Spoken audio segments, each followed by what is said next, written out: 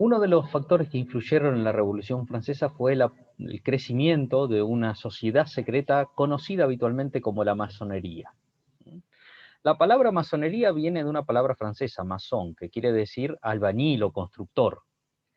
Y la masonería toma sus símbolos de lo que eran las asociaciones o los gremios de constructores de la Edad Media, que para, digamos, preservar su mérito y su prestigio, mantenían en secreto los secretos de cómo construir, y solamente se lo revelaban a otra persona que formaba parte del gremio de los constructores, solo a otro constructor. Y además a veces utilizaban símbolos y dejaban sus firmas en algún lugar oculto de las catedrales que construían.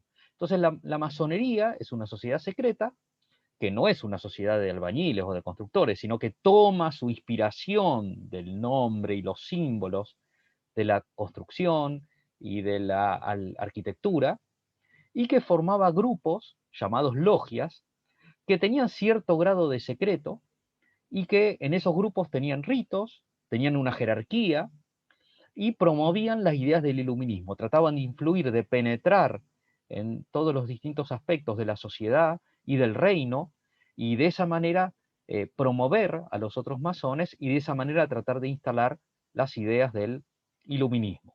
Los símbolos tienen que ver con la construcción, aunque no eran constructores, eran banqueros, empresarios, algunos eran nobles. Por ejemplo, un símbolo muy común era un ojo grande que simbolizaba a Dios como el gran arquitecto que todo lo ve. También la escuadra y el compás, como ven a la derecha, y la letra G, que quiere decir gnosis o conocimiento superior, gnosis. Utilizaban atuendos, se vestían para sus ceremonias, lógicamente no andaban por la calle, o pocas veces andaban por la calle así, sino que se vestían cuando se reunían en casas o en salones. En esas ceremonias tenían, parecía como un templo, utilizaban un anillos especiales con los símbolos de la masonería, y en esas reuniones le compartían ideas sobre la razón, la ciencia, el saber, la luz que iba a traer la razón, etcétera, etcétera, y en algunos casos recordaban a Dios como el gran arquitecto que había diseñado el mundo. No el Dios cristiano, sino un Dios más bien deísta. Promovían la idea de la razón, la ciencia, la verdad y la libertad, y eran fuertes enemigos de la Iglesia y de los reyes absolutos, muchos de los cuales eran católicos, eran religiosos. Eh, Tuvieron mucha influencia en el pasado, tanto en Europa como en América. Gran parte del ejército que combatió por la independencia de Estados Unidos en contra de Inglaterra, con George Washington a la cabeza, integraban una logia de la masonería. Y también es verdad que existieron sociedades secretas, existieron logias que no tenían las ideas de la masonería, aunque también eran sociedades secretas. Por ejemplo, San Martín fundó una logia, la logia Lautaro, para promover la independencia, que tenía un parecido, porque era una sociedad secreta, pero no tenía las ideas de la masonería. Y hoy en día, bueno, se habla mucho de la masonería.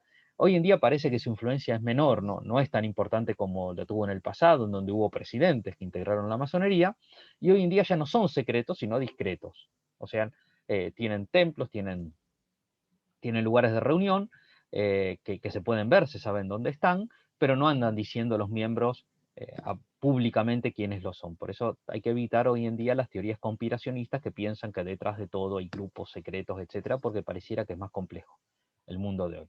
Para que veamos la influencia de la masonería, fíjense, este es el billete de $1, el billete actual.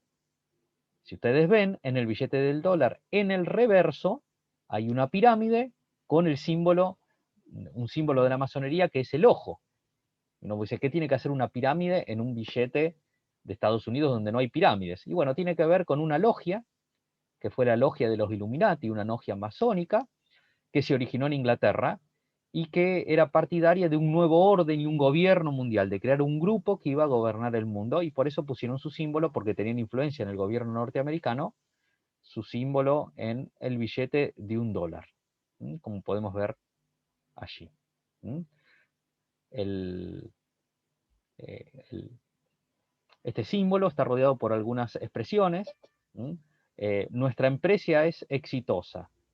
Anuit Coeptis, eso quiere decir.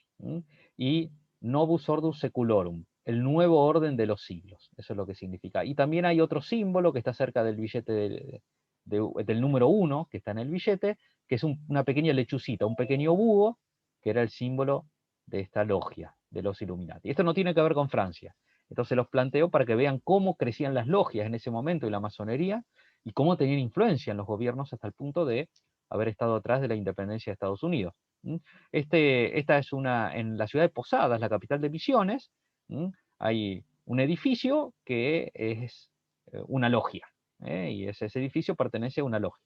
Yo estuve allí, aquí tienen el símbolo que está en la reja de este edificio, que es un símbolo de la masonería, porque pertenecía a la logia. Yo también estuve allí.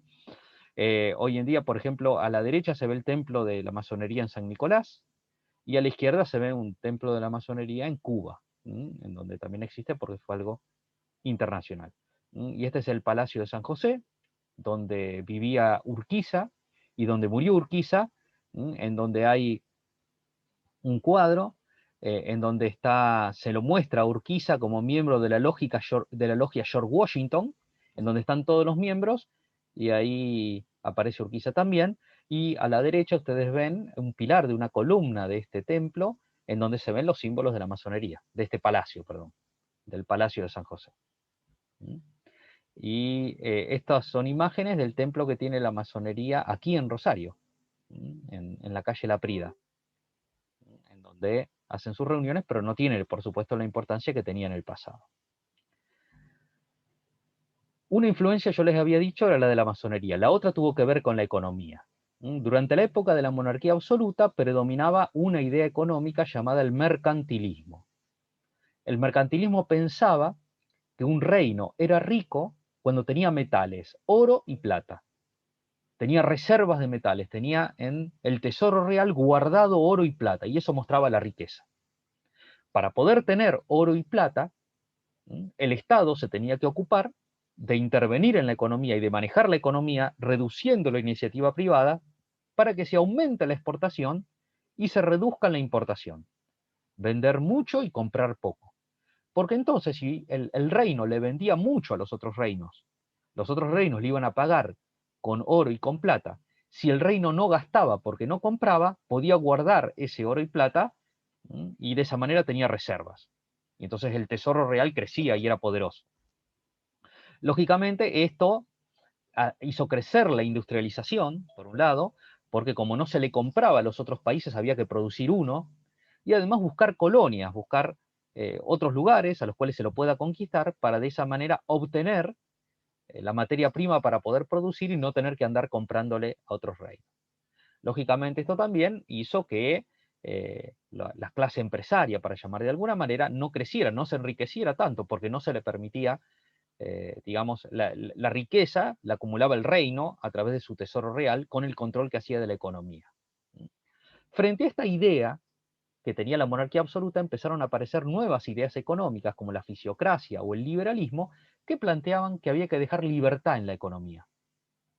La fisiocracia planteaba que como la naturaleza tiene sus leyes, la agricultura hay momentos para sembrar y para cosechar, también la economía tenía sus leyes y no había que tratar de torcerlas. Y el liberalismo con Adam Smith planteaba que había como una mano invisible en el mercado, y esa mano ordenaba el mercado sin necesidad que el Estado haga.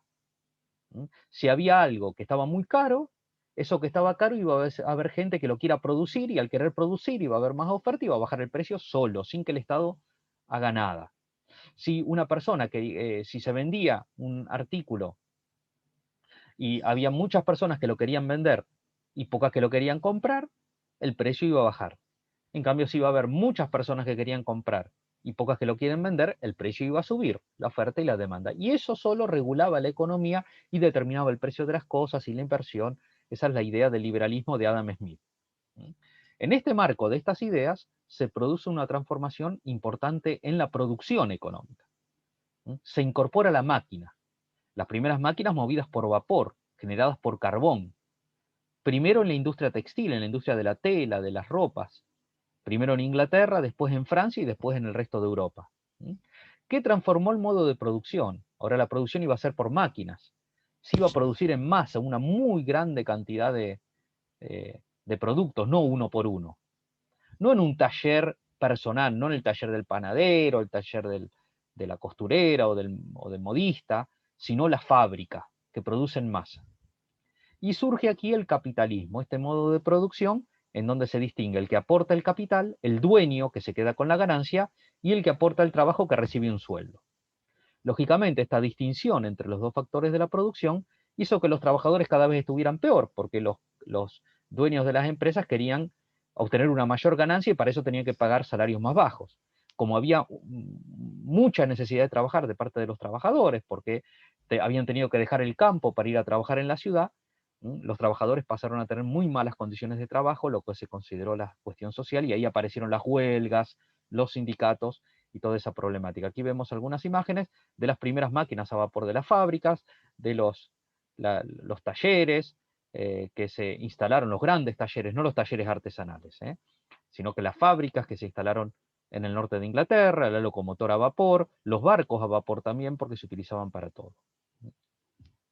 Este enfrentamiento que trajo el capitalismo, sumado al liberalismo, es decir, que el Estado no intervenía para proteger a los obreros, trajo una gran pobreza en la cual se encontraron los trabajadores en función de esto. Pero también hizo nacer una nueva clase social, que fue la burguesía, los capitalistas, que crecieron económicamente y que empezaron a querer tener más control y más intervención en el gobierno. Y que a raíz de eso intervinieron, influyeron en la Revolución Francesa para sacarlos a los reyes que eran contrarios a los intereses de la burguesía. El iluminismo, la revolución industrial y la masonería, sumado a la situación de un rey débil, contribuyeron a que se produzca la llamada Revolución Francesa.